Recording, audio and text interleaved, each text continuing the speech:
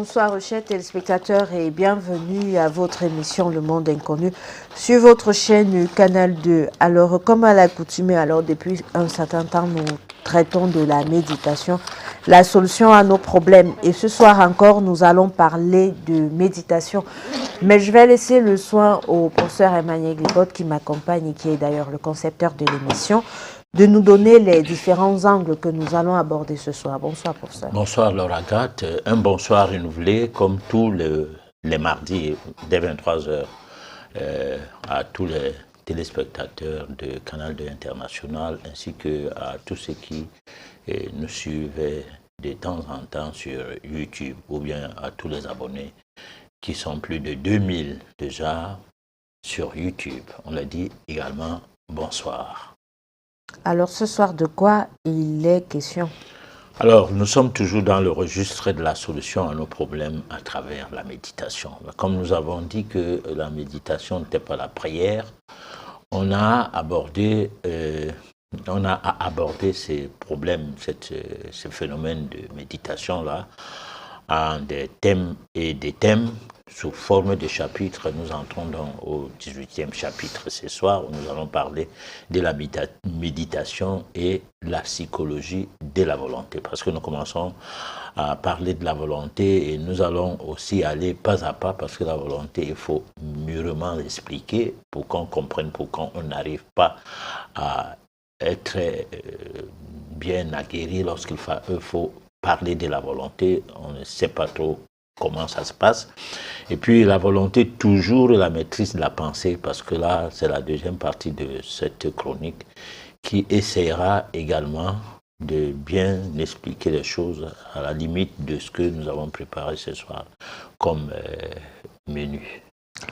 Vous l'avez bien entendu, pour ces 90 minutes, nous allons avoir deux chroniques qui vont se faire en deux temps.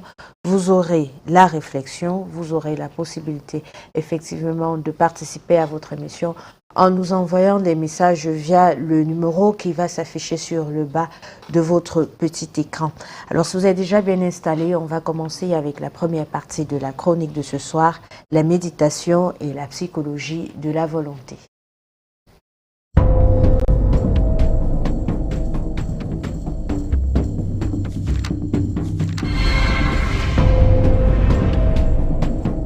Méditation, la solution à nos problèmes, chapitre 18. Méditation et la psychologie de la volonté. Revenons sur cet aphorisme qui veut peu. Cela dit, analysons encore la relation entre la pensée et la volonté.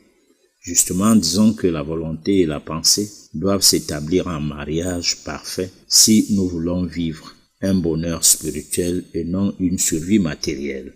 Car après la mort, nous perdons tous nos acquis matériels. Seul le côté spirituel de notre existence reste en nous. C'est ce que nous mourrons avec. Eh bien, si nous étions positifs au cours de notre existence, en retour au lendemain de notre réincarnation, le bonheur spirituel sera à nos portes et nous accompagnera au cours de cette autre incarnation. Tout est d'avance lié à l'art de penser. Si la pensée était un art, cela devrait nous amener à constater qu'elle est fonctionnelle. Comme telle, elle ne serait qu'une simple réaction du cerveau face à l'impulsion de nos sens. Certains penseurs objectent qu'une pensée peut être complètement abstraite et ne veille aucun écho physique. Aussi, nous avons constaté que le caractère abstrait d'une pensée n'avait rien à voir avec ses origines et ses répercussions physiques.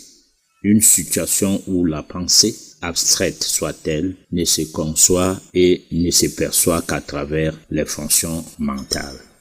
Un travail s'accompagne toujours par des modifications physiques. Manifestement, l'homme s'adapte dans la vie grâce au genre de pensée qu'il entretient. Ainsi, l'habitude de pensées abstraites donne à la physionomie une expression qu'on ne saurait confondre à celle d'une personne aux pensées vouées aux préoccupations matérielles. La pensée crée et recrée donc. constamment le corps, car elle en est l'expression et l'instrument. La qualité et la particularité de cet instrument dépend des pensées qui le façonnent. Si peu que l'on s'épanche sur cette question, on restera surpris de voir que l'homme dispose d'une force subtile et active. Malheureusement, cette force n'est conscient le moins possible. Aussi, revenons sur ce que nous avons dit antérieurement, que nous sommes loin de penser ce que nous voulons, car la pensée est une fonction presque entièrement automatique. Nous ne le dirions jamais assez. Penser conscient exige un entraînement minutieux et question de bien s'y accorder avec beaucoup d'attention. Nous sommes sans ignorer que la formation des idées et leur enchaînement peuvent être observés, car la pensée peut être captée et canalisée en vue d'atteindre une fin en soi. Pas question d'illusion à croire que la maîtrise de la pensée se fait à l'aveuglette. Nous insistons en disant que ceci demande une discipline ardue. C'est grâce à elle que la maîtrise de la pensée va s'acquérir, mais le plus lentement possible. Toutefois, il ne serait non plus question de se livrer à des prouesses extraordinaires pour l'acquérir, puisque le véritable problème est qu'on ne peut y parvenir qu'en renonçant à la vie inconsciente. Or, quoi que nous imaginions, cette vie nous plaît. Nous la trouvons plus facile et vraisemblablement plus heureuse pour nous. La vie consciente demande plus de sacrifices nécessaires pour parvenir à l'état conscient. Elle paraît plus ou moins surhumaine, mais dès que ces sacrifices sont consentis et conquis, en se surpassant de nos multitudes attentes ambitieuses et matérielles, et pour avoir beaucoup accordé d'intérêt et d'attention à l'essor de la spiritualisation de notre être intérieur, nous devenons des affranchis. Alors, professeur, ce soir, on parle de la volonté, mais aussi de la pensée, parce qu'on se rappelle que l'édition dernière, nous avons promis à nos téléspectateurs d'aborder le comment faire pour avoir une pensée positive. Alors, maintenant, pensée et psychologie de la volonté, quel est le lien ou alors quelle est la relation qu'on fait entre les deux termes? Disons que on disait qu'on va commencer à aborder le problème de la volonté simplement parce que on dit qui veut peut. Mais pourquoi l'humanité veut faire des choses et ne peut pas? Parce que c'est ça la question. On veut bien faire des choses, mais on ne peut pas. On est obligé de prier. Peut-être parce que nos pensées ne sont pas à ce que nous voulons, accordées à ce que nous voulons, quoi. Nos pensées sont un peu disparates, au point où nous n'avons pas les possibilités de penser vrai et d'avoir une certaine maîtrise sur ce que nous voulons. Ou alors nous voulons des choses qui ne sont pas en concordance avec nos pensées. Bon, donc, cela entraîne à ce qu'on sache qu'est-ce que nous voulons. Alors, est-ce qu'il nous manque de volonté par rapport à ce que nous voulons? Parce que nous voulons être heureux, mais nous ne sommes pas heureux. Nous avons besoin du bonheur, mais nous ne l'avons pas. Nous avons besoin de la santé. Nous prions pour pouvoir l'avoir et de voir, même avec les prières, on n'arrive pas à être en santé. Nous avons besoin d'emploi, mais nous ne travaillons pas. Nous avons des diplômes, mais nous sommes en chômage. Bon, qu'est-ce qui se passe? Alors, est-ce que la méditation peut donc, si la prière échoue, est-ce que la méditation peut donc aider? Et nous pensons que si la prière échoue, la méditation pourra aider, mais comment? Et qu'est-ce qui peut faire échouer la prière? Mais bien évidemment, nous pensons que la prière a échoué. Pourquoi? Parce que c'est depuis l'arrivée des religions en Afrique que les Africains prient. Ils ont prié contre l'esclavage. Il y a eu l'abolition de l'esclavage. Peut-être que ça, Dieu avait déjà dit, ok, vous avez trop prié. Ils ont prié contre la colonisation. On a dit que la colonisation est partie. Mais la néocolonisation est arrivée. Et la néocolonisation est plus dangereuse que l'esclavage et même la colonisation. Alors finalement, les prières continuent toujours parce que chaque jour s'ouvre en Afrique une église dans chaque ville ou alors dans chaque pays. Et la multitude des églises devrait, avec autant de prières, construire une matrice astrale et qui allait, depuis tous ces temps, près de plus de 100 ans aujourd'hui, nous donner beaucoup plus de lumière. Alors, nous venons avec une proposition au cours à travers le monde inconnu, outre que cette émission. Mais cette proposition, elle est complexe. C'est pourquoi, à la fin, nous avons dit que le conscient seul tue l'inconscient. Nous avons une vie inconsciente. Nous faisons comme si nous n'avons pas de responsabilité par rapport à ce qui nous arrive, que ce qui nous arrive nous tombe du ciel, que tous nos malheurs viennent des autres personnes, que tout ce qui nous colonise et nous néocolonise ont le droit sur nous parce que ce qu'ils ne peuvent pas faire, seul Dieu peut faire. Comme si eux, ils sont des extraterrestres. Autant de questions qu'il faut donc donner une réponse dans le sens que veut l'homme. Parce que chacun doit défendre son couloir. Moi, je défends d'abord l'Afrique ici, à cette première partie de réponse à ta question. Avant de dire maintenant, mondialement parlant, où sommes-nous? On constate que les gens sont embrigadés dans une histoire de pensée unique, où les penseurs même qui sont les propriétaires de cette pensée unique, eux-mêmes sont embrigadés dans leur manque de personnalité, de maturité, dans leur emportement par l'argent, la vie matérielle et tout, et qui les rend orgueilleux et les mettent à la merci de mal gérer le monde. Donc, nous avons intérêt de dire aux gens, entre vous et nous, entre vous et Dieu, il n'y a pas d'intermédiaire. Parce que personne n'est Dieu. Et ça, nous le disons tout le temps, et chaque jour, nous avons des événements qui nous donnent raison. Voilà. Alors, pour ça, tout à l'heure, vous aviez dit que on passe le temps à prier, ou alors on passe le temps à vouloir des choses, seulement on ne les a pas. Alors, on a deux situations qui se présentent à nous. Soit nous ne savons pas ce que nous voulons, soit nos pensées sont en adéquation avec ce que nous voulons. Donc, maintenant, on devrait, parce qu'on a dit qui veut peu, mais cela part d'abord avec la pensée. Qu'est-ce qu'il faut faire à un moment pour pouvoir avoir, si je vais utiliser le thème, la pensée unique, pour avoir ce que l'on veut. Je prends un exemple, je cherche du boulot. Maintenant, je mets, je ne sais pas, peut-être dans la méditation. Mais seulement, il faudra bien que ma pensée puisse aller dans le même sens de ce que je veux. Comment est-ce que ça se passe? Comment est-ce qu'on arrive à travailler cela pour que nos pensées soient toujours en relation avec notre volonté? Bon, alors d'abord, nous voulons le boulot. Qu'est-ce qui prouve que le moment est arrivé pour que nous ayons le boulot? Rien.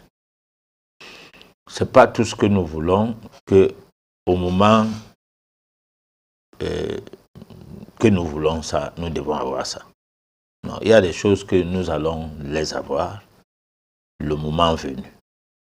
Et il y a des choses que nous pouvons avoir aussitôt que nous nous mettons à ces choses, à penser ou à chercher à obtenir ces choses-là.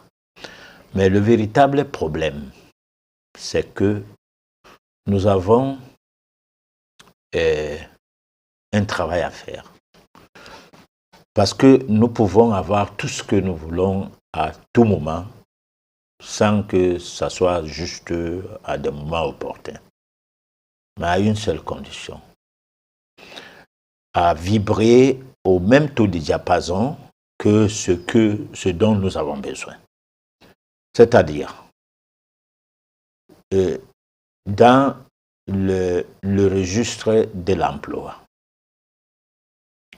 Le travail se passe sous le prisme des vibrations électromagnétiques qui veut à ce que nous devenions des aimants et que nous soyons donc attirés par le travail. Mais lequel?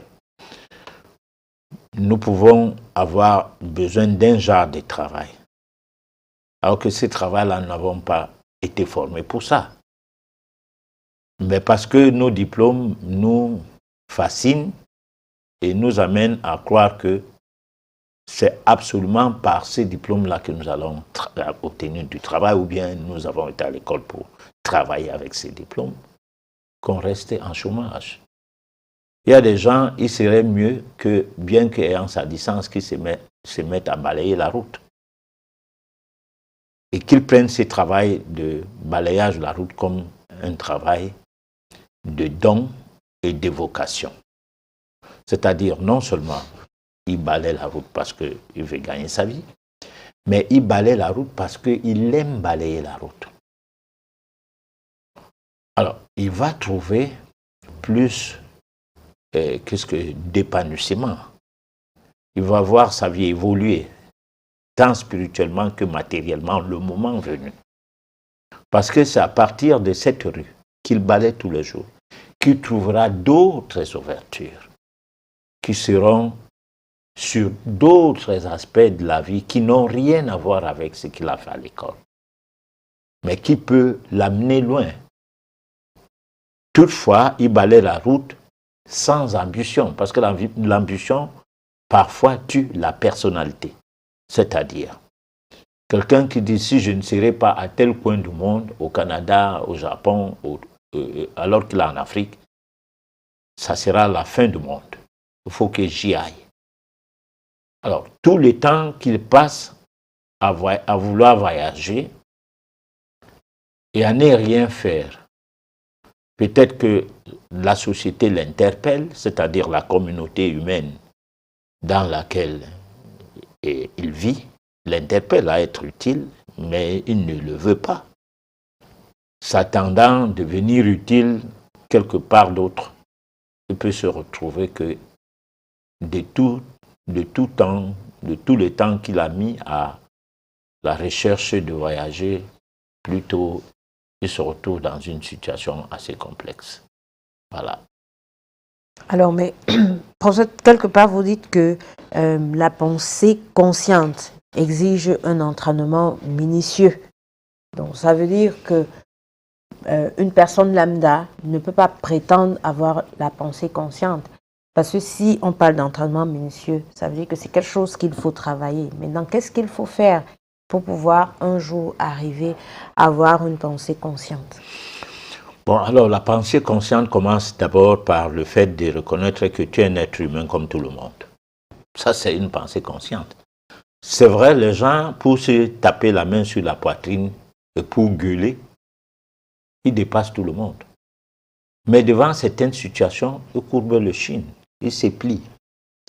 Ça ne veut pas dire qu'il faut faire face à une arrogance, au même titre que cette arrogance. C'est-à-dire, tu as devant toi un monsieur arrogant, tu deviens arrogant, parce que tu veux lui montrer qu'il n'est rien. Non, ce n'est pas de ça qu'il est question. Ce qui est question, ce n'est non plus le fait que quelqu'un, il brandit ses prouesses du point de vue matériel. Bon, tu commences à te sentir minable devant cette personne, ou alors, je ne sais pas, mais c'est rester ferme sur le fait que ta vie a une mission. Tu dois trouver de quoi il est question. C'est-à-dire, ta mission sur la terre, c'est quoi? Ne t'occupe pas de ce que font les autres. Ne cherche pas à savoir si ce que font les autres est plus important que ce que tu fais. Ne cherche pas à te comparaître aux autres ou à mener des actions simplement parce que tu penses que tu serais mieux à faire comme d'autres gens. Chacun vient avec ses dons. Il y a, par exemple, dans un marché, comme on dit souvent, tous les moutons n'ont pas le même prix. Donc, peut-être le mouton qui a le mauvais prix, alors on ne sera pas mangé lors de la fête de Tabaski. Ça sera sa chance. Celui qui a le bon prix sera vite mangé. Mais de même, on est dans un marché, on vend tous les mêmes choses. Et ce qu'on vend, peut-être c'est la nourriture, on fait la cuisine mieux que quiconque et on a le bon prix. Mais on n'achète pas ta nourriture. Ça t'étonne. Ça t'étonne parce que peut-être que tu ne devrais pas faire le commerce, ce genre de commerce. Tu devrais faire autre chose, peut-être le commerce, d'accord, mais pas ce genre de commerce. C'est ce qui fait en sorte que lorsqu'on fait les études métaphysiques, en utilisant le nom et la date de naissance d'un individu et en essayant de piocher dans son registre, côté personnalité professionnelle et tout, l'orientation professionnelle, l'orientation dans la vie, il se trouve que on comprend pourquoi on ne peut pas faire le commerce. Et on comprend pourquoi, parce que moi je vais dire un exemple, peut-être en s'appuyant sur certains individus qui, lorsque le matin, un petit garçon, ou bien un certain monsieur, il vient, il achète les beignets ou il achète du pain chez toi, pain haricot, pain je ne sais pas quoi, tu vas vendre du pain toute la journée jusqu'à... Tu ne comprendras pas qu'est-ce qui ne va pas. C'est-à-dire plus de 100 pains, toi qui ne vends jamais 20 pains. Alors, mais la même personne va ailleurs faire la même chose. C'est-à-dire n'importe qui vend. Et que par hasard, cette personne il se retrouve que cette personne achète la première, c'est que n'importe qui vend dans le coin, tout le monde va la remarquer, ça va remarquer cette personne que m'attend. Mais il y a un trésor derrière ces premiers, c'est-à-dire c'est les premiers achats. L'achat, ce n'est pas de ce que la personne vend. Mais cela ne veut pas dire que cette personne-là, elle-même, elle peut faire le commerce. Et ça marche. Ça ne veut rien dire. Donc, nous avons la volonté, nous devons la mettre dans un registre de pensées positives qui sont des pensées qui sont, du moins, qui sont une manière de penser qui est, disons, ferme et qui est ordonnée, parce que une des choses qui dérange notre réussite, c'est que nos pensées sont désordonnées. On n'arrive pas à penser juste et à penser sur une seule chose pendant une fraction de seconde. En une fraction de seconde, plusieurs pensées nous traversent. C'est ce qui fait que, par moment, finalement, on n'a rien de tout ce que nous devons avoir. Parce que nous n'avons pas, grâce à la pensée, obtenu de l'énergie nécessaire qui permet à ce que cette pensée-là puisse implémenter la réussite de par des vibrations qui s'y dégagent. Parce qu'elle n'est pas une pensée, mais elle est une somme de pensées, elle est une pléiade de pensées. Alors, y aura-t-il donc une méthode pour qu'on n'ait plus une pléiade de pensées, mais une seule pensée à un moment donné? Alors, cette méthode commence d'abord par l'hygiène de vie. Parce que si nous avons mangé, si nous avons respiré, si nous avons bu de l'eau, sans tenir compte d'un certain nombre de fonctionnements de notre organisme, si nous mangeons, nous buvons, nous faisons tout ce que nous faisons de manière inconsciente, nous n'aurons pas de réponses conscientes dans notre vie. Et l'inconscience, c'est le fait de faire des choses, je dis et je répète, selon les autres. Par exemple, quelqu'un vient et te présente un médicament. Et tu lui poses la question que tu bois ce produit-là, pourquoi? Il te dit, pour prévenir telle maladie. Alors, tu l'amènes à lire la notice.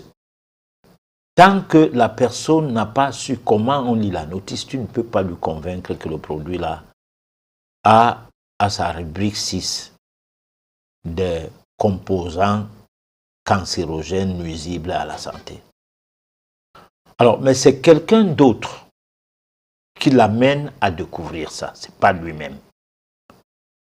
Alors qu'avant de consommer quoi que ce soit, ailleurs, sous d'autres cieux, les gens d'une autre couleur de peau, et qui ne sont pas noirs comme nous, réprimandent, c'est-à-dire rejettent, ou bien alors trouvent que tout ce que les autres font est nocif, et le petit noir que nous sommes, tout ce qui vient d'ailleurs sort du laboratoire de Dieu, même pas des hommes, et est à consommer sans se poser des questions. Et nous le faisons dans tout ce que nous faisons dans la vie, nous le faisons dans la nourriture, nous le faisons dans la boisson, nous le faisons dans la médication, nous le faisons dans tout. Tout ce qui est essentiel pour nous, même nous le faisons de l'école, parce que même l'école du blanc, par exemple, doit être pris avec des pincettes. C'est-à-dire, dire que je vais à l'école pour que je devienne quelqu'un dans la vie, c'est seulement chez le noir qu'on apprend ça. Le blanc, l'homme blanc dit que sans ou avec l'école, je suis de la race supérieure. Mais l'homme noir dit à son enfant, pardon, fais l'école, sinon tu ne seras rien. Alors, tu vois, c'est dès ces petites paroles, à partir de ces petites paroles comme ça et tout, qu'on façonne l'esprit d'un enfant. On a besoin de voir les enfants qui vont à l'école, qui ont du succès à l'école, ils ont de bons diplômes et tout. Mais on a aussi besoin que de leur intelligence, des choses se réalisent parce qu'ils ont copié quelque part quelque chose. Et non de rester sur la base des copies-collées. C'est-à-dire, on m'a dit à l'école que c'est tout. Et quelqu'un qui n'a pas fait la même école que soi ne sait rien. On ne l'écoute pas, on ne peut pas suivre ce qu'il dit. Bon, donc c'est autant de choses que lorsque nous voulons avoir la volonté consciente, lorsque nous voulons du moins avoir une prise de conscience, une vie consciente, nous cessons de vivre dans l'inconscience. Parce que, en fait, les Africains aujourd'hui, tu me le permets, parlent d'alternance, mais c'est la population qui doit travailler pour leur alternance, ce n'est pas les gouvernants. Et pour commencer par la population, c'est la prise de conscience du fait que ce que nous buvons, à supposer que dans les bières, on met des choses qui nous rendent bêtes, à supposer que dans les sucreries, on y met des choses, parce que les gens que nous combattons, finalement, ce ne sont pas les bourreaux, mais plutôt les boucliers. Les boucliers sont les chefs d'État des pays du tiers-monde, qui sont que des boucliers. Alors maintenant, vous voulez avoir une indépendance, une gestion de la cité idoine, mais sur la base de l'alcoolisme, d'une jeunesse alcoolique, d'une jeunesse envieuse. Alors, nous nous retrouvons dans une situation où l'Afrique est plongée dans le noir pour longtemps. Alors, nous pensons, à partir de cette émission, nous pensons que la pensée consciente est une pensée qui nous rend conscients du fait que nous sommes des humains au même titre que les autres. Même si dans la classe humaine, il n'y a pas d'égalité. Ce n'est pas en France qu'on nous dirait bien, qu'on nous dira le contraire. Parce que nous voyons le mouvement qui est en France tous les jours. Hein. Pourtant, là-bas, c'est même un pays où le slogan de leur devise parlait de l'égalité, de la liberté. Donc, l'être humain n'est pas égal à l'autre. Mais ce n'est pas une histoire que toi-même tu dis « je ne suis pas égal aux autres ». Mais donne-toi de la personnalité, on va voir ce que ça va donner.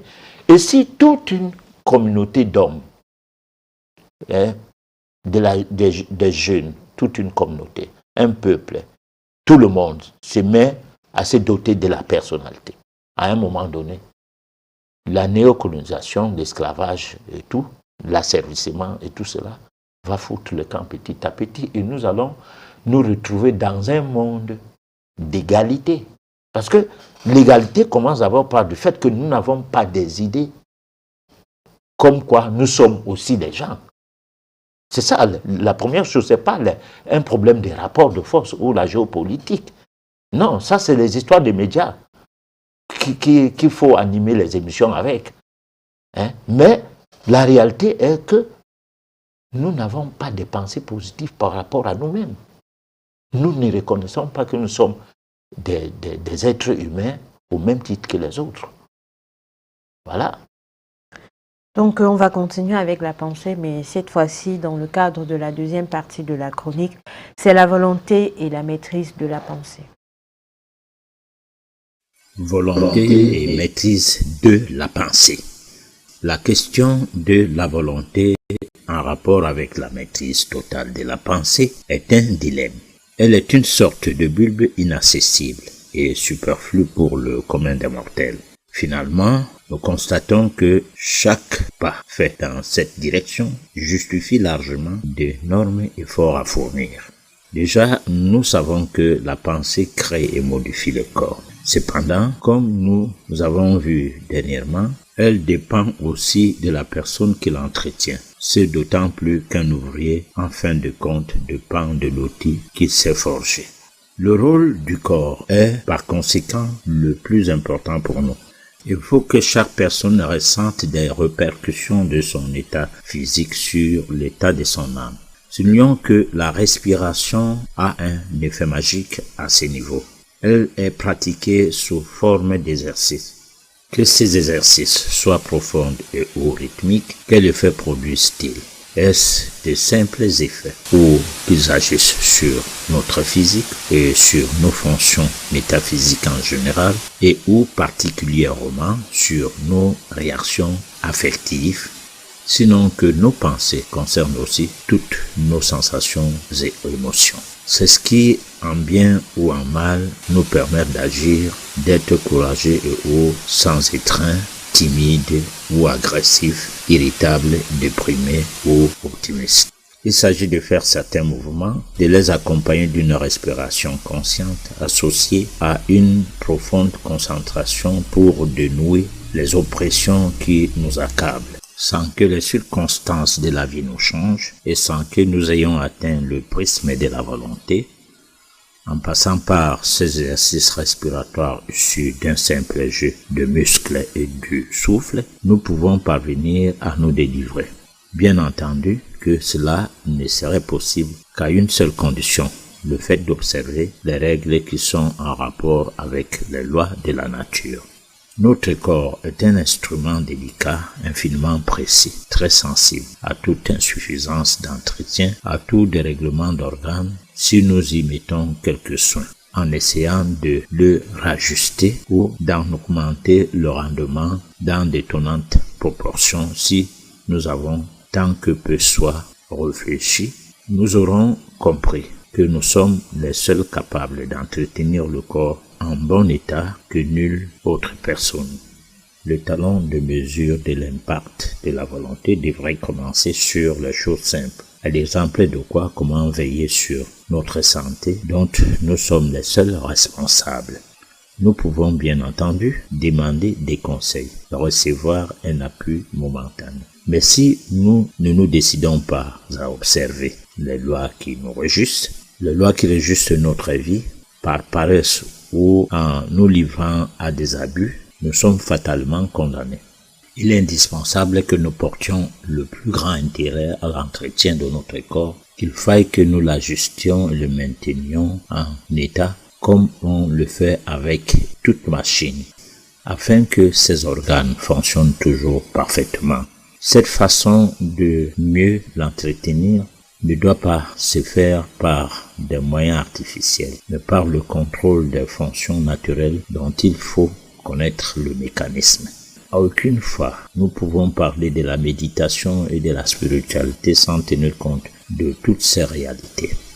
Ceci étant, nous devons savoir que le médecin du corps ou de l'âme peut être appelé au secours. Il peut contribuer à mettre de l'ordre si nous ne présidons pas activement nous-mêmes à la bonne marche de nos fonctions organiques autres et si nos infractions à la bonne règle sont fréquentes, personne ne nous sauvera. En ce cas, nous aurions bien tort de s'attendre à quelque chose de positif dans notre vie venant d'autrui. On revient une fois de plus avec la volonté et la maîtrise de la pensée. Mais ce qui est nouveau, c'est surtout cet élément sur la respiration. J'ai bien envie de savoir quelle est la relation qui pourrait exister entre la respiration et la pensée.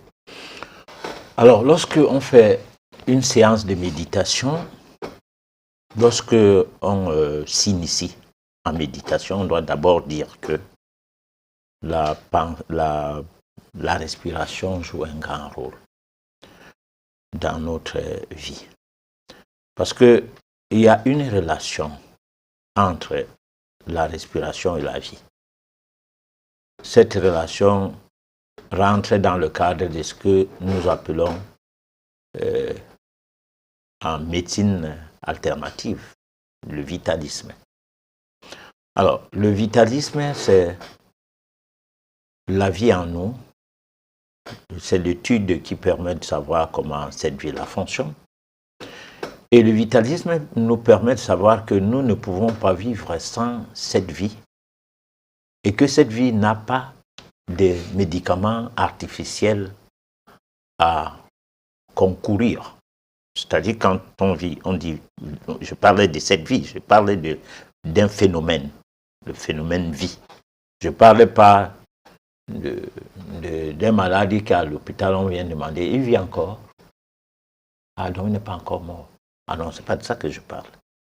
Je parlais de la vie comme un phénomène. Et ce phénomène-là est lié chez l'homme par la respiration. Et c'est la respiration qui va entretenir le sang, qui va entretenir le système cérébral et même le système organique. Maintenant, quand on a purifié le corps, c'est là que la pensée devient pure. On ne peut pas avoir un corps qui est embourbé dans des excès de table, dans les boissons, et alors qu'en aucune fois, on n'a pris soin de la qualité de vie à travers l'oxygène, à travers je ne sais pas quoi. Et que il ne faut pas que la quantité d'oxygène soit inférieure à la quantité d'hydrogène et tout, et à la quantité des nutriments, parce que nous revenons sur notre topo alimentaire. Il faut que la quantité d'oxygène soit toujours supérieure à des autres deux types d'aliments. Parce que la respiration qui nous donne l'oxygène, à travers la respiration, nous mangeons l'oxygène. Et ces repas-là, c'est le repas céleste, c'est le repas positif. Derrière ces repas, nous avons le repas neutre, nous avons toujours parlé de ça, de l'eau. Et puis arrivent les nutriments qui sont certains repas négatifs. Si l'homme ne mangeait pas des substances alimentaires venant soit des bêtes, du monde animal et tout, venant de l'agroalimentaire, l'agro-industriel, venant aussi même du sol, mais mal fichu, ça, l'engrais, pesticides et tout. Si tout cela n'existait pas, la qualité de vie étant prise au sérieux, l'homme ne mourrait pas avant 100 ans. Et il ne mourrait pas de maladie. Il allait mourir de vieillesse. Alors, bien que la colonisation, dans le mensonge de ce que l'espérance de vie a augmenté dans certaines régions du monde grâce à une certaine médecine. Alors, qu'est-ce que vous voulez que celui qui vous colonise vous dise? Ou celui qui vous esclavagise vous dise? Il va dire que tes ancêtres avaient tous les malheurs du monde. C'est grâce à nous que vous êtes devenus ce que vous êtes devenus aujourd'hui. Parce qu'à partir du moment où il y a le chemin de fer, il y a des bateaux, il y a des avions et tout, sans savoir même l'origine de toutes ces choses, parce que tout cela vient d'une époque très très lointaine, avant l'esclavage, avant la colonisation, ces choses existaient, et n'existaient pas de par une race qui se veut race forte, ou une couleur de peau qui s'est dotée, le mot race de lumière ou quoi. Ça existait déjà. On a seulement modernisé, ou alors on a seulement modifié. Voilà, donc nous avons intérêt de faire attention. Alors, professeur, tout à l'heure, vous avez parlé de purification et pensée pure, c'est-à-dire qu'il fallait être pur, se purifier pour pouvoir avoir une pensée positive. Maintenant, quand on parle de purification, vous avez fait allusion bien sûr à notre façon de manger. Mais si quelqu'un dit, ok, j'ai fait 2 jours sans manger, je me suis purgé, tout ce qui va avec, est-ce que cela suffirait pour être pur et avoir ensuite une pensée pure? Je ne sais pas que c'est vrai. Parce que selon qu'on a mené sa vie de l'enfance jusqu'à un certain âge,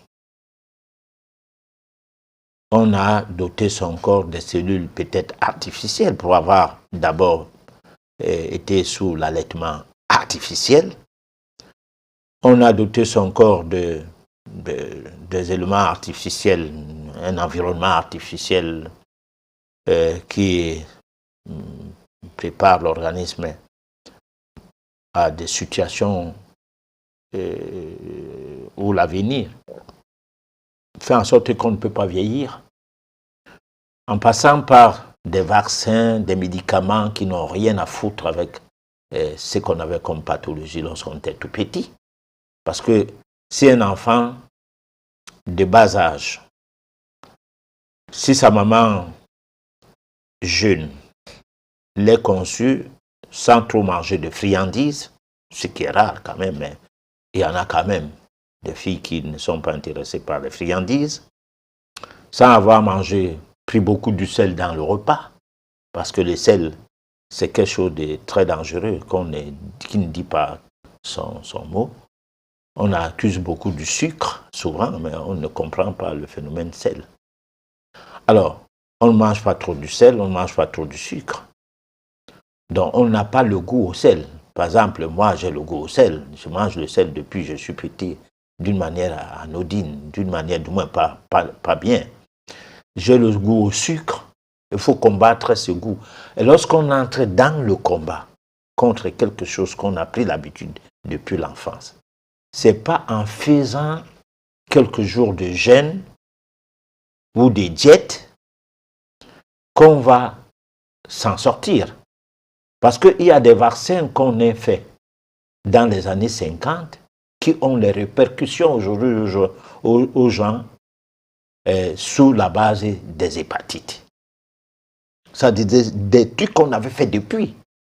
Il y a des gens qui ont pris des paracétamol, qui ont des cancers aujourd'hui. Personne ne se rend compte que c'est le paracétamol qui les a mis dans cette situation. Personne. Bon, c'est des vieux produits et qui ont servi l'humanité, parce que il y a 2 fois que sans le paracétamol, quelqu'un ne peut plus travailler, il ne peut même plus rien faire. Alors, à l'instant où il prend le produit, il n'y a pas un autre produit qu'il peut prendre. Mais le fait de mettre les gens dans la logique de chaque plainte, une bombe. Alors, lorsque vous prenez les antibiotiques, par exemple, prenons un cas comme celui-là, à quelle partie du corps se trouvent logés les microbes? Comme un quartier où on va dire, voilà les Français, et ici, voilà les Africains, tout un quartier. Et on envoie une bombe pour tuer les Africains. Là, ça se comprend. Donc, les bactéries sont d'abord 2 types. Les cellules ont, il y a 2 types de cellules.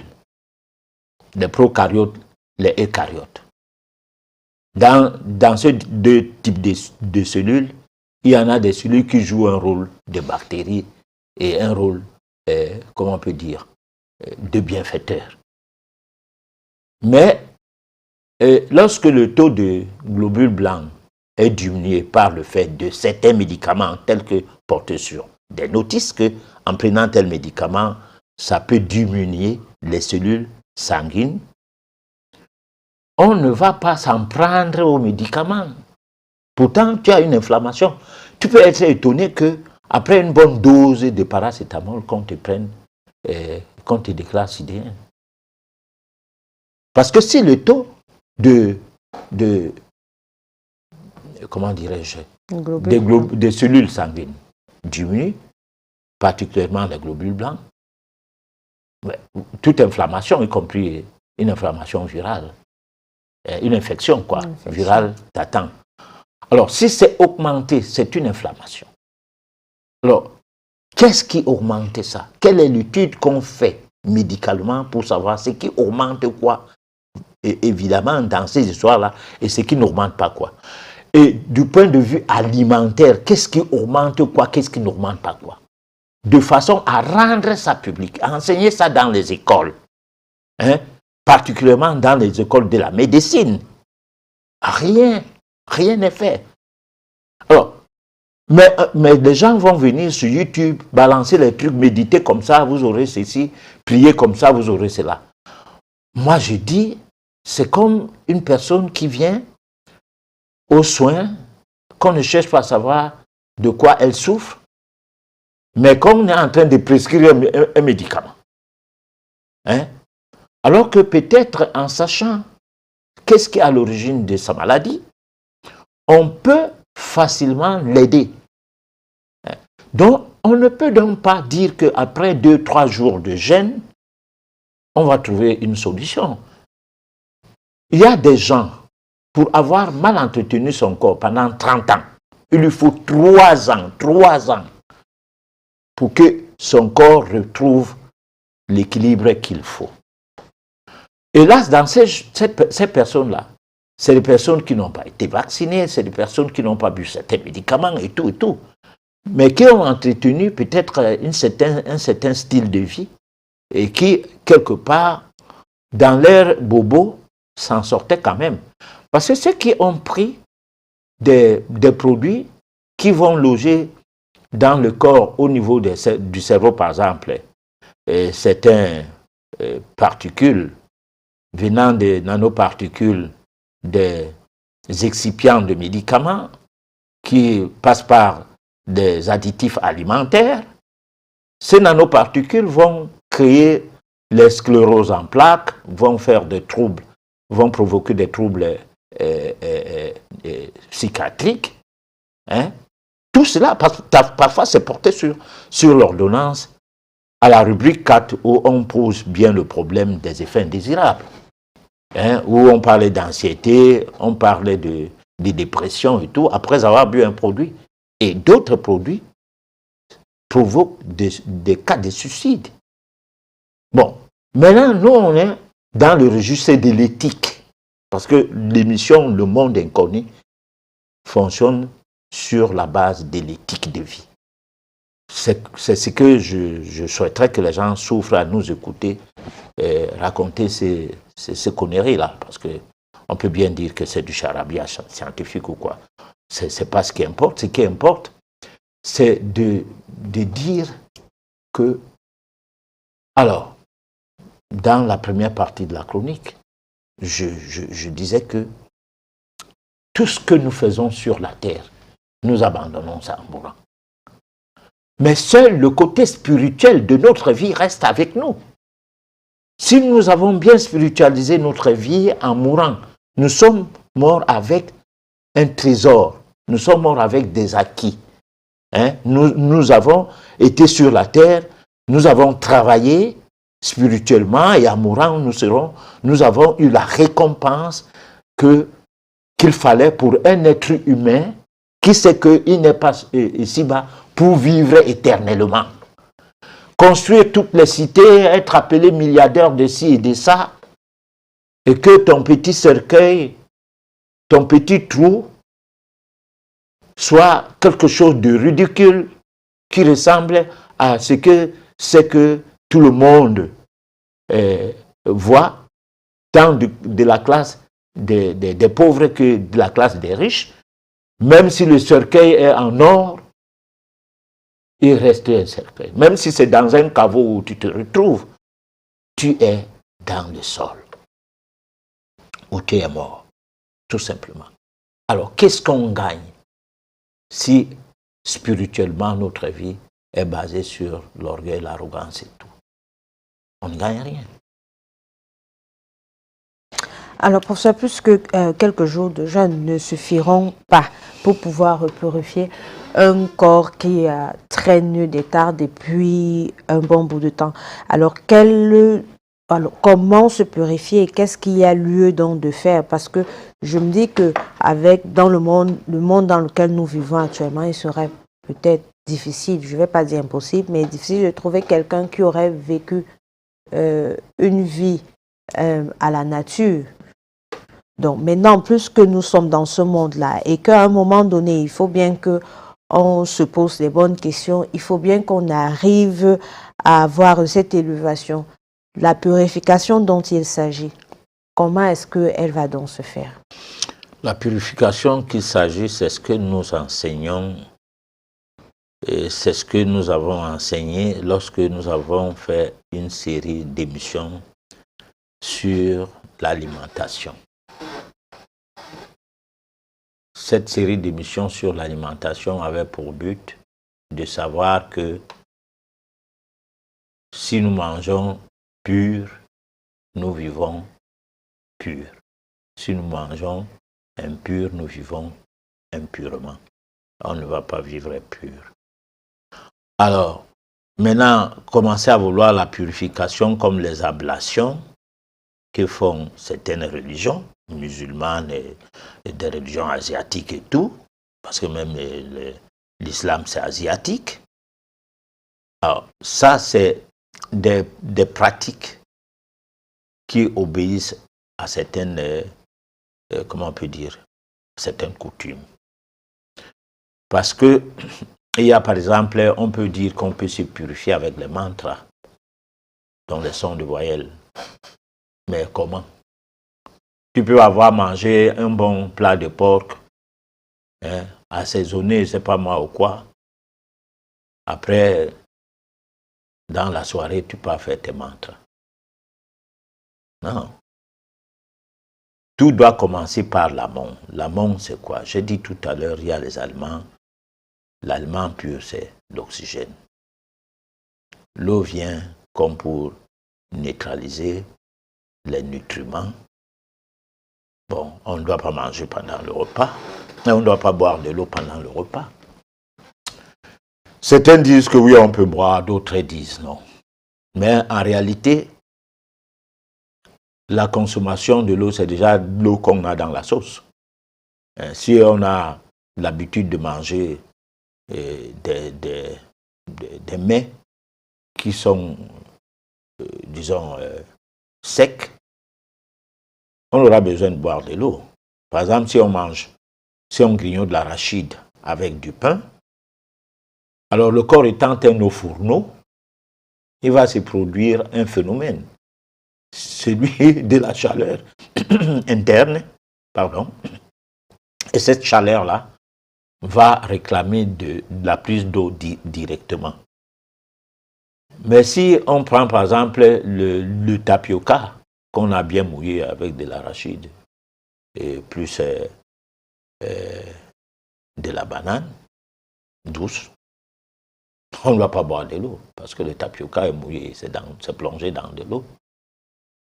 De même, si on prend une sauce blanche faite d'arachide, c'est pas moi, ou de mango sauvage, ou avec les noix de palme, alors, si on prend bien cette sauce-là, on n'aura pas tellement soif.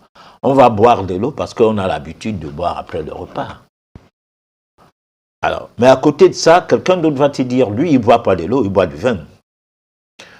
Il va dire, le vin, c'est un apéritif.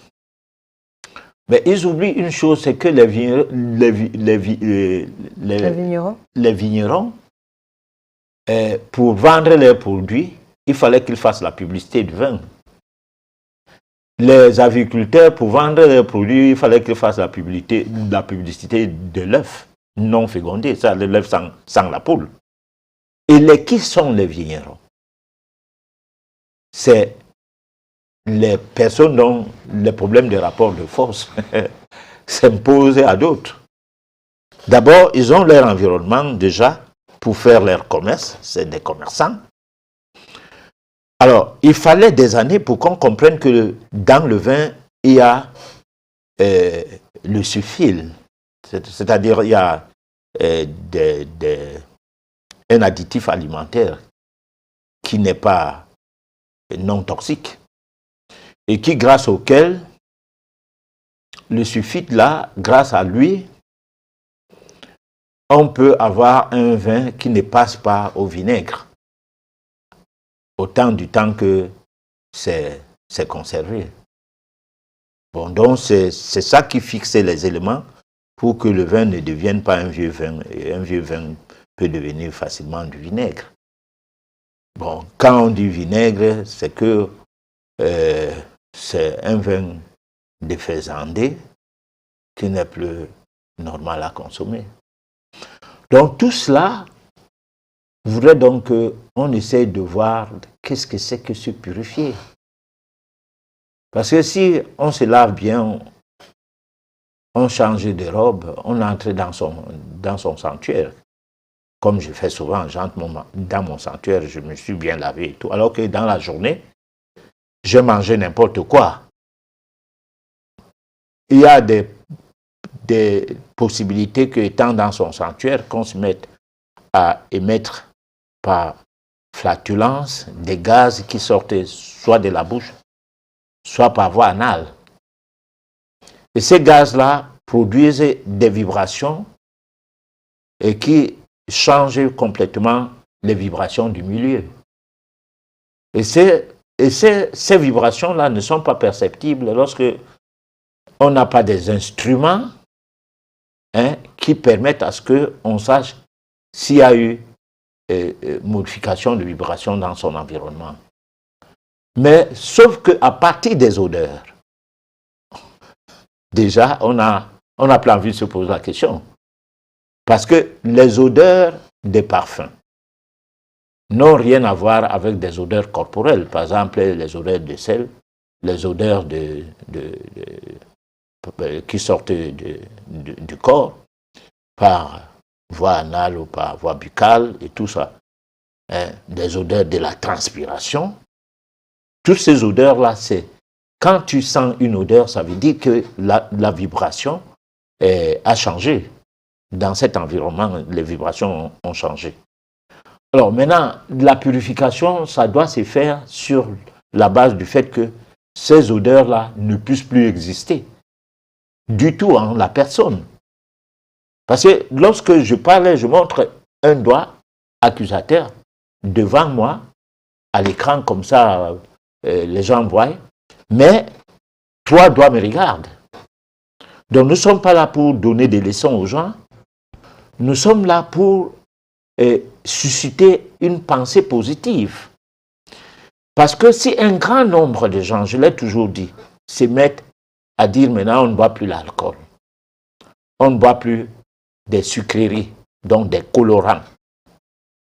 Bon, peut-être l'économie d'un pays qui dépend de ce soir-là va tomber en berne, mais les gens vont gagner en santé.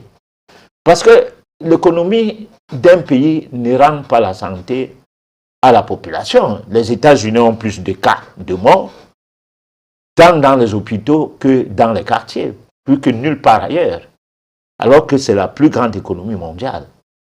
Les statistiques sont là. Nous ne sommes plus dans les années 60 où on nous faisait croire qu'ailleurs tout est bon. C'est chez nous que tout est mauvais, non. Hein? Les accidents médicaux sont plus élevés dans ces pays que dans les pays sous-développés. Voilà. Alors, professeur, à l'entame de l'émission, on a dit qui veut peut. Ça veut dire que volonté et puis action. Mais en même temps penser. Alors, comment est-ce qu'on fait pour vouloir et pouvoir? Alors, pour vouloir et pouvoir, c'est qu'on prend d'abord conscience qu'on a quelque chose à faire. Et là, on pourra. Si on n'a pas pris conscience, parce que ça, c'est la base de la volonté, qui passe par le fait qu'on dit qu'est-ce que j'ai même à faire là, ou bien qu'est-ce que je peux faire, qu'est-ce que je dois faire pour ma vie. C'est la base de la volonté. Parce que tu dois d'abord vouloir comprendre qui tu es. Hein? Connais-toi toi-même afin de connaître Dieu. Pourquoi aller prier une entité ou bien une divinité peut-être préfabriquée, que tu ne connais pas l'origine, que tu ne sais même pas si c'est vrai, mais que c'est de la copie-collée, on a pris quelque chose, on a collé dans ton cerveau, allez, puis toi tu mets ça en pratique. Celui qui vient avec ces messages, qu'est-ce qui prouve qu'il dit la vérité? Parce que ces actes ne sont pas les actes de quelqu'un qui est vrai à partir du moment où, pour adhérer à ces mouvements, on tue les gens. On impose ça aux gens. Quelqu'un qui vient pour le bien n'impose rien à personne. Plutôt, l'amour du prochain devrait commencer par l'approche qu'on a à l'égard des autres. Quand on était tout petit, les prêtres européens, blancs, français ou quoi,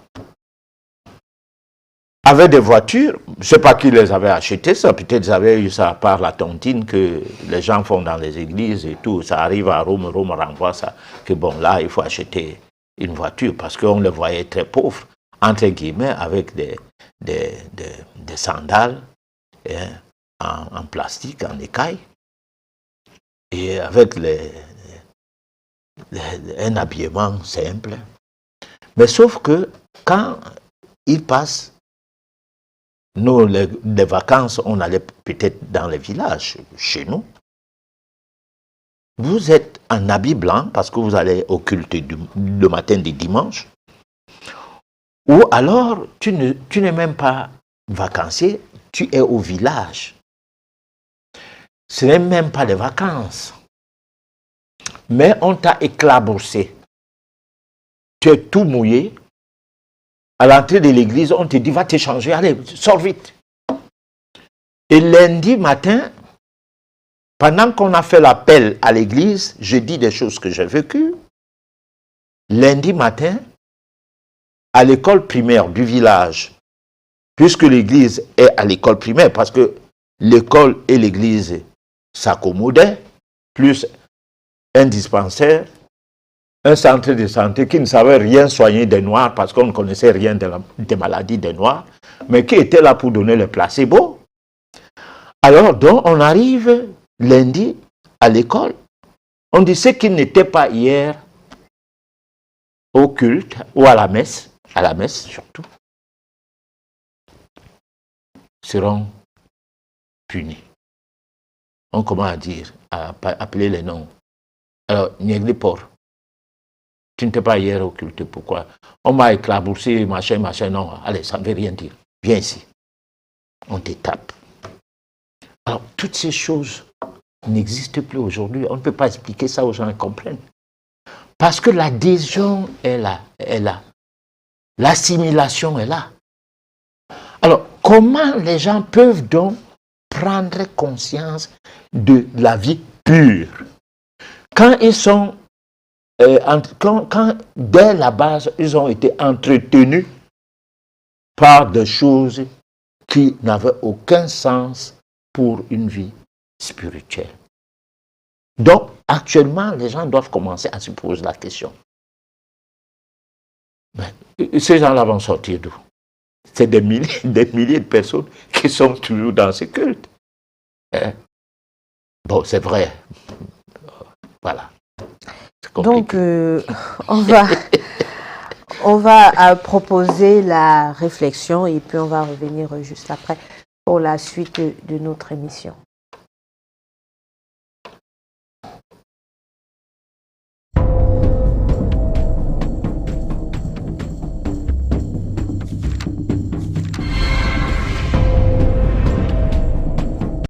Le programme, moi, que j'ai lu jusqu'à présent, ça me paraissait de la science-fiction. Donc, pour l'instant, ce que j'ai vu, c'est surtout de la publicité.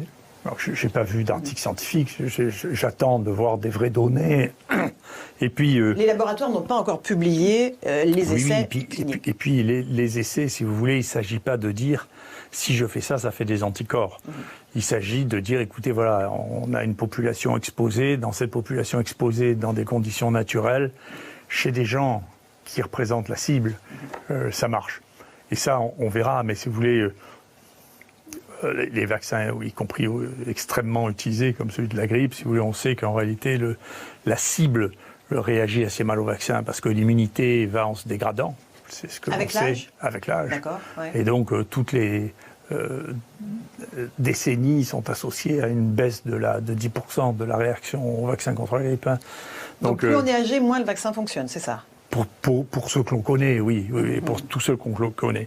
On vit dans un monde qui est fou. Donc, si vous voulez, les conditions qui ont été prises pour lutter contre cette maladie sont des conditions d'un autre siècle. C'est pas des conditions pratiques, c'est pas de la lutte au quotidien. Une arme du Moyen-Âge? Non, mais déjà, de dire aux gens, ne vous soignez pas, restez à la maison, c'est un truc, c'est même pas Moyen-Âge, même Hippocrate faisait pas ça. Je sais pas, il faisait bain chaud, quelque chose. Il disait pas aux gens, restez à la maison jusqu'à ce que vous mouriez. C'est un truc de fou. À partir du moment où vous êtes parti comme ça, à partir du moment où vous avez dit, écoutez, plutôt que de mettre en place une véritable stratégie qui a mis très longtemps à se mettre en place, écoutez, on fait les tests, on voit ceux qui sont positifs, on les prend en charge, on regarde ceux qu'ils ont. Ceux qui sont négatifs, ils peuvent rentrer chez eux. Plutôt que de mettre en place une véritable stratégie de prise en charge des malades, on a cru que c'était une gestion qui allait pouvoir se gérer politiquement et non médicalement. À partir de ce moment-là, les politiques ont cru depuis le début qu'il y allait avoir une baguette magique. Cette baguette magique, leurs experts qui ont l'habitude depuis 20 ans de travailler avec l'industrie pharmaceutique ont cru que ça allait venir de l'industrie pharmaceutique qui allait trouver une baguette magique. Le vaccin? Non, d'abord le remdesivir. D'abord, oui. Okay. Le remdesivir, souvenez-vous qu'ils se sont encore fait rouler à la farine il y a quelques jours en achetant pour 2 milliards de vaccins d'un médicament dont moi je dis depuis mars que ça ne marche pas. On va y revenir dans un instant. Mais maintenant, sur les vaccins. non mais encore une fois c'est la même chose, c'est maintenant. Il n'y a plus cette baguette magique, donc la nouvelle baguette magique, ça ne va pas être de lutter, de faire le métier. Ça, pour résoudre les combats, il faut se battre à la vietnamienne. Là, vous voyez, il ne faut pas se battre comme Napoléon III. Voyez, on a une défaite et tout s'écroule. Voyez, c'est comme les Vietnamiens, on gagne maison par maison, patient par patient. Vous voyez, c'est comme ça qu'il faut se battre. C'est la guérilla qu'il faut faire. Pour l'instant, je n'ai pas beaucoup de respect pour la stratégie qui a été mise en place. Donc, je peux vous dire que franchement, j'ai mes amis africains, dont un des collègues a osé porter des paroles insultantes, qui sont la plus grande star, moi, que je connais au monde de lutte contre les épidémies, c'est Muyembe. Personne n'a ça à son tableau, maîtriser 3 ou 4 épidémies d'Ebola, des épidémies de choléra. Et il a dit quoi ? Lui, il a dit, écoutez, nous, on n'a pas d'état d'âme, on sait bien que la chloroquine, ça n'a jamais tué personne, on teste les gens. Vous savez, la stratégie de nos pays, et la France n'a pas été la pire de ce point de vue-là, l'Angleterre, là, sur lequel le truc, vous vous rendez compte qu'ils ont fait un programme de vaccination qui a été repris par l'OMS, les Américains ont fait pareil, d'évaluation thérapeutique, sans exiger qu'il y ait au moins un test diagnostique. Mais vous vous rendez compte, le niveau, Mais en Afrique, on ne fait pas ça. Personne ne fait ça en Afrique. Pour faire un diagnostic, on fait un test. On n'inclut pas dans des essais thérapeutiques, pour la folie de faire des essais thérapeutiques, des gens dont on ne connaît pas le diagnostic quand même. Non. Je pense que si on s'amusait à faire ce vaccin obligatoire, vous auriez une révolution. C'est pas le cas.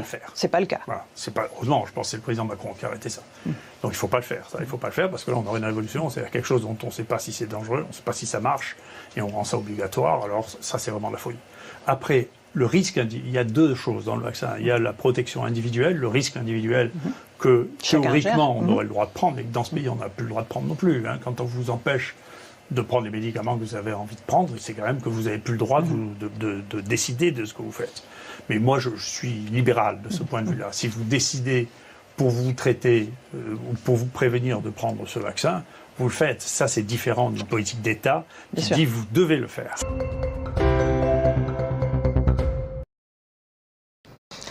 Alors, professeur, on nous présentait là le professeur Didier Raoult, qui, une fois de plus, parlait de ce qui se passe autour du coronavirus. Un commentaire? Bon, il n'y a pas de commentaire. Hein. Parce que moi, quand je fais les commentaires, YouTube me sanctionne. Alors, je préfère prendre les éléments de YouTube et remettre ça à YouTube. Parce que vraisemblablement, il se pourrait que les Noirs ne suivent pas ce que j'ai dit autant que nos patrons du Nord. Hein. Donc, plus d'une fois, on a supprimé nos vidéos, alors que nous disons la même chose que tout le monde. Voilà. Alors, pour ça, avant de passer au message des téléspectateurs, je voudrais qu'on revienne un peu parce que nous sommes quand même déjà au 18e chapitre et on parle de la méditation. Aujourd'hui, on a intégré la volonté, la pensée, mais aussi la respiration. Alors, j'ai bien envie de savoir, est-ce qu'il faudrait à un moment donné recadrer sa pensée uniquement pendant la méditation? Donc, quand on est en train de méditer, ou alors l'exercice d'avoir une pensée pure serait une pensée qui devrait nous accompagner durant toute la journée, toute notre vie. C'est une question essentielle. Hein. On doit d'abord s'entraîner à bien penser. Parce que sinon, on va méditer comment? Parce que la pensée doit aller avec la respiration tout au moins, comme prémisse. La respiration. Et pendant qu'on fait des exercices respiratoires, bon, qui font en sorte que si on a le ventre ballonné, on peut se retrouver au WC.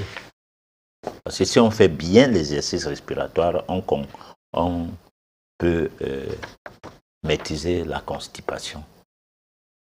Voilà. Alors, maintenant, même si cette respiration-là n'arrive pas à vous envoyer aux toilettes, du moins, je veux dire que si cette respiration-là n'arrive pas à vous envoyer aux toilettes, il faut que vous voyez comment faire pour que le côlon soit vidé. Donc, il faut faire un travail de fond, d'abord sur son tube digestif. Le tube digestif doit être toujours vide. Vide ne veut pas dire qu'on ne mange plus. Mais vide veut dire qu'on refuse de manger bombé. De deux, on mange plus d'air et on boit plus d'eau et peu de nutriments. Et dans la consommation de nutriments, on doit faire le choix de quels nutriments on veut, pas n'importe quel nutriment.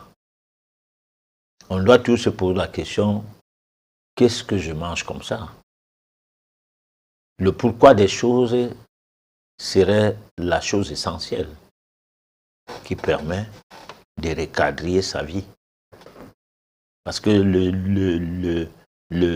la question de la psychologie, de la volonté passe par le fait de savoir recadrer sa vie, de savoir se doter d'une personnalité. Parce qu'une personne qui refuse rien, qui mange tout, manque de personnalité. C'est un manque de personnalité. Une personne qui ne se pose pas la question sur le genre de soins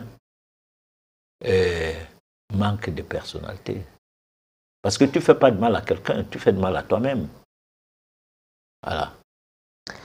Donc, on va rapidement prendre le SOS téléspectateur, bien sûr, avec l'appui de la technique.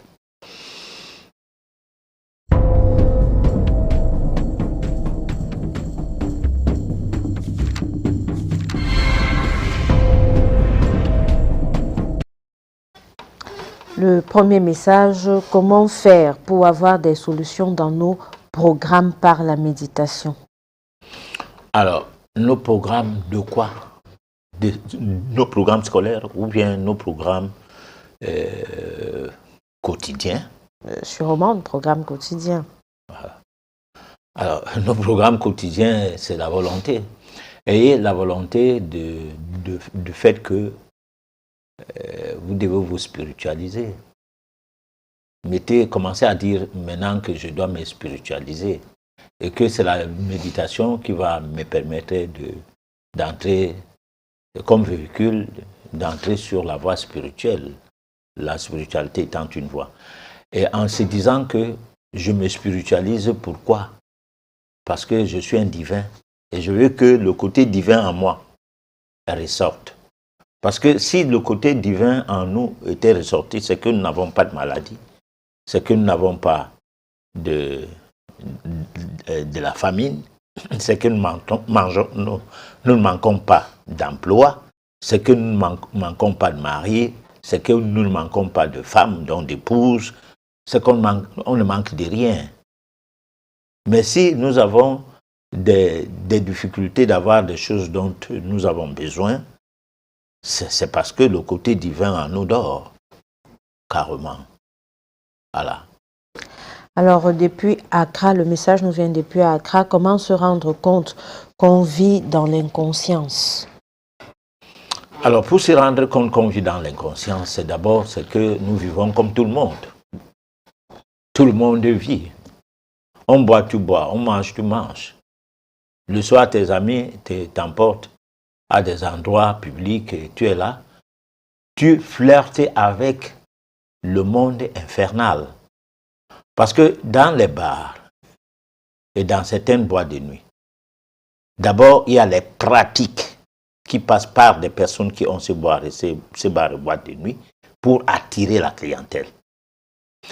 Et derrière ça, il y a le champ vibratoire des odeurs des boissons qui partent des urines qui sont tout autour des bars, qui émettent un champ, une fumée qui est visible à l'œil nu et qui attire des personnes qui sont mortes à cause de l'alcoolisme à venir dans ces bars, se breuver de ces vibrations-là.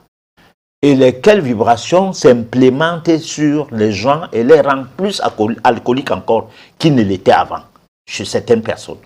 Donc, c'est des milieux extrêmement nocifs. Alors, comment on peut donc se doter d'une responsabilité, d'une responsabilisation de sa vie, en se permettant de vivre comme tout le monde, sans se poser la question que c'est même quoi cette vie-là? C'est ça le problème.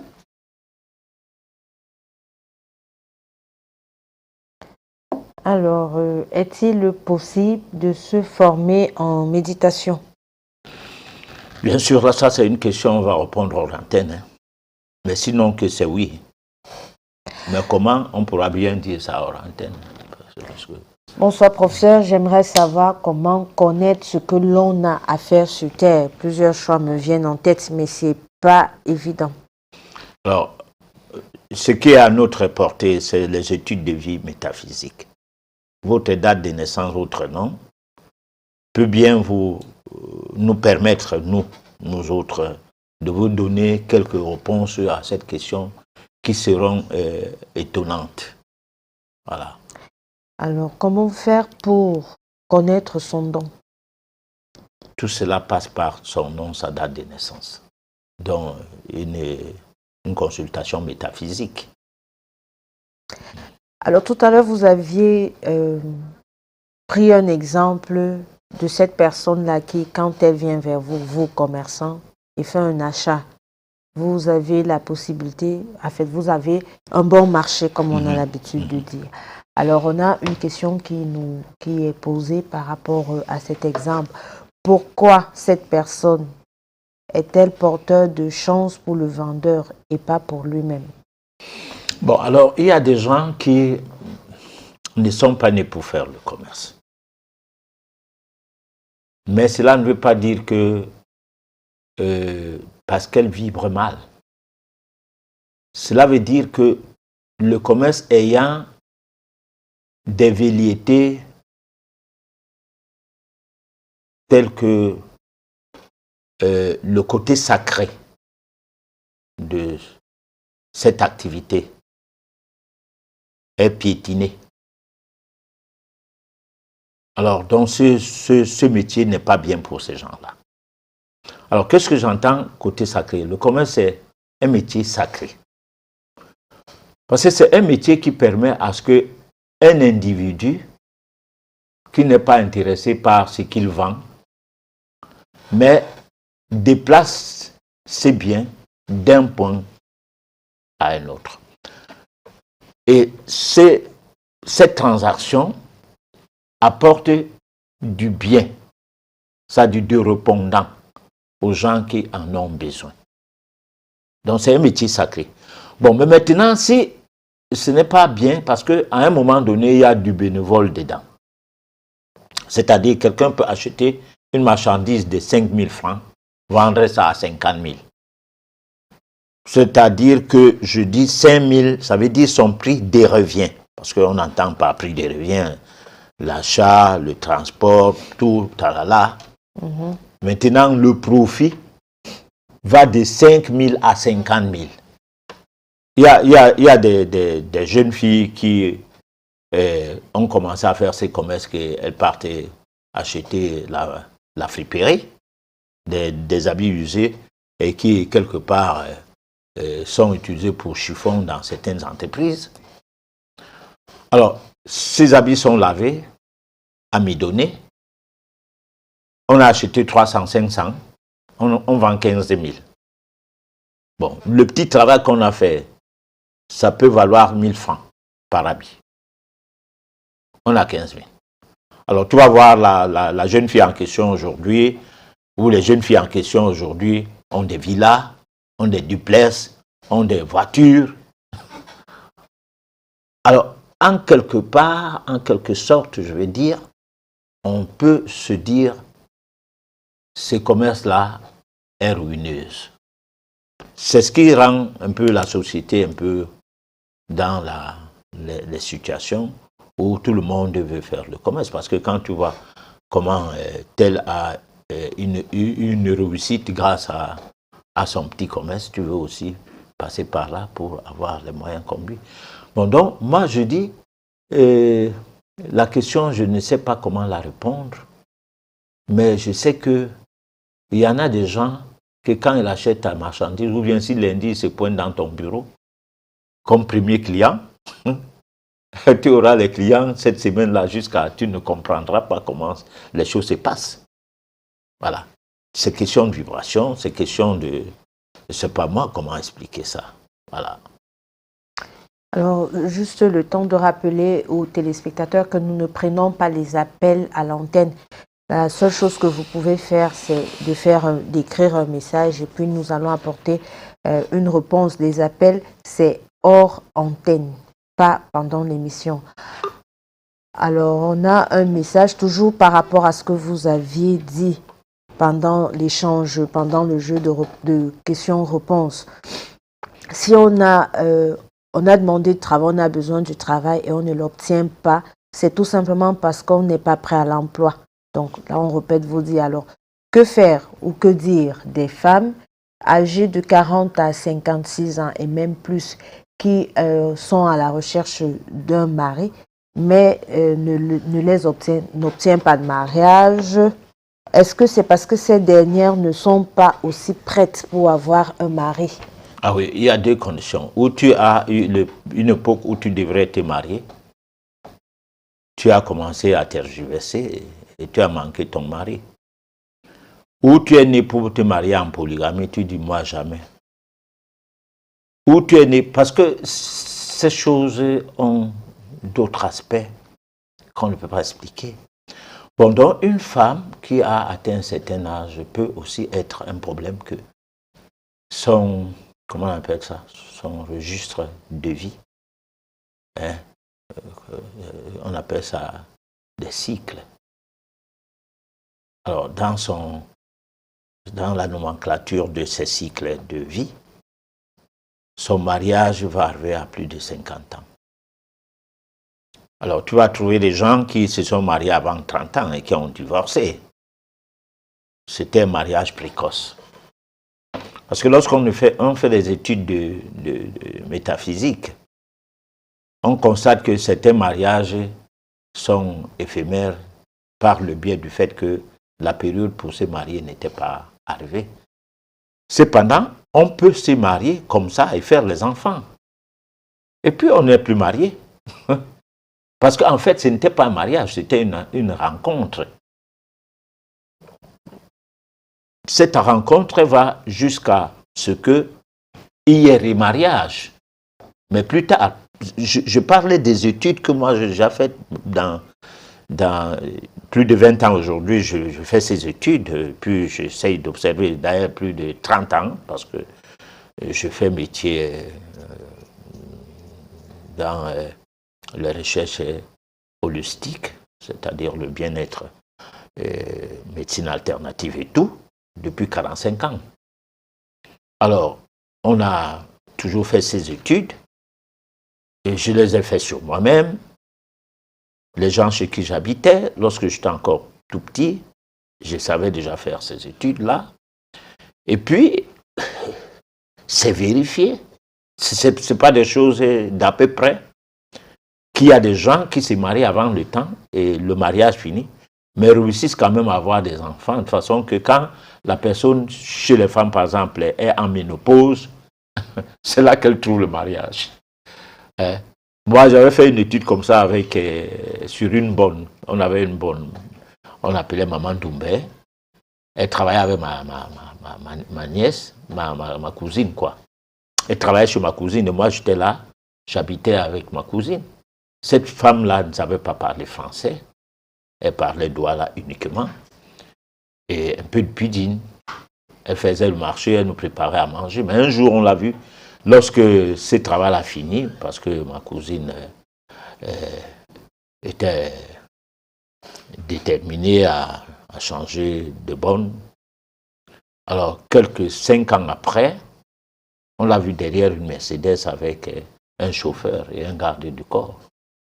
Elle partait au marché et elle donnait de l'ordre de ce qu'on doit acheter. Deux fois, on prend un truc, on vient de montrer dans la voiture. Et puis, elle valide avant qu'on ne paye. Ce n'est pas surtout pour le problème d'argent, mais pour voir la qualité, parce qu'elle ne descend pas de la voiture. C'est climatisé. Mais elle était bonne. Elle n'avait pas fait des enfants avec ce monsieur qu'il a finalement marié parce qu'elle était en ménopause. Son temps de se marier était arrivé. Voilà. Alors, professeur, nous sommes arrivés, je crois qu'on va peut-être revenir sur cette question parce que je l'ai notée, mais nous sommes arrivés au terme de notre émission. Un dernier mot avant de la conclure. Alors, nous avons dit que vous allez commencer à avoir des exercices de méditation, des propositions de comment méditer lorsque nous allons épuiser la doctrine de la méditation. Parce que nous ne faisons pas dans les dogmes. Les dogmes, c'est religieux. La doctrine, c'est la science de la méditation. Alors, donc, restez zen, restez avec nous, ne soyez pas pressés. Ça va aller. Alors, disons tout simplement que c'est un cours avec une suite dans les idées. Donc, ce soir, c'était la volonté et la maîtrise de la pensée. L'édition prochaine, ça sera autre chose, mais qui va nous conduire doucement vers la méditation à proprement parler, comme l'a dit le professeur. Nous avons été ravis de vous savoir nombreux ce soir. Rassurez-vous, pour vous pour vous qui avez envoyé des messages, je suis arrivé finalement à le dire, vous allez avoir les réponses d'ici la fin de la semaine. Mais d'ici là, nous vous souhaitons de vous porter en santé, d'être en santé, autant pour moi. Et n'oubliez pas, nous ne pouvons pas prendre les appels à l'antenne. Vraiment, ce soir, c'était trop d'appels. Du coup, ça perturbait l'émission. Quand il fallait lire les messages, c'est uniquement les messages. Les appels, c'est hors antenne. Donc, soit dès demain, soit directement après la fin de l'émission. On se donne rendez-vous mardi prochain à la même heure et sur la même chaîne. D'ici là, portez-vous bien. Bonsoir.